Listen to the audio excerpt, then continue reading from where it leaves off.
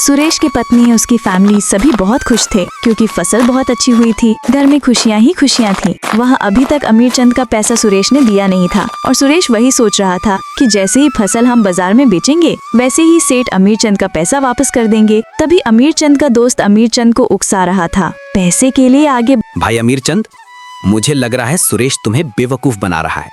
उसकी फसल तैयार हो गया है, अभी तक तुम्हारा पैसा नहीं दिया है। ऐसा तो नहीं तुम्हें गधा समझ रहा है।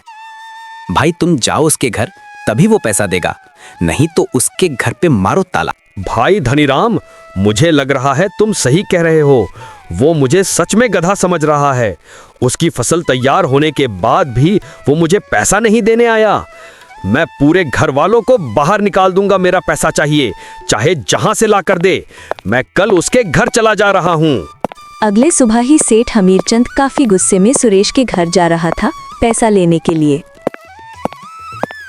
सुरेश, तुम्हारी फसल तैयार हो गई है, फिर भी तुमने मुझे पैसा नहीं दिया। मैं तुम्हारी एक बात नहीं सुनूंगा। मेरा पैसा 2 दिन के अंदर दो, नहीं तो तुम्हारे घर पर ताला मारेंगे, चाहे जहां से ला कर दो। इतना कह के अमीरचंद वहां से चला जाता है और सुरेश उदास। सुषमा अमीरचंद खेत पर आया था, पैसे मांग रहा था, काफी गुस्से में था। फसल तो अभी तैयार हुआ है, बाजार में बेचेंगे तभी पैसा दूंगा। 2 दिन बाद अमीरचंद दोबारा सुरेश के खेत में गया और सुरेश नहीं मिला, लेकिन उसकी पत्नी मिल जाती है।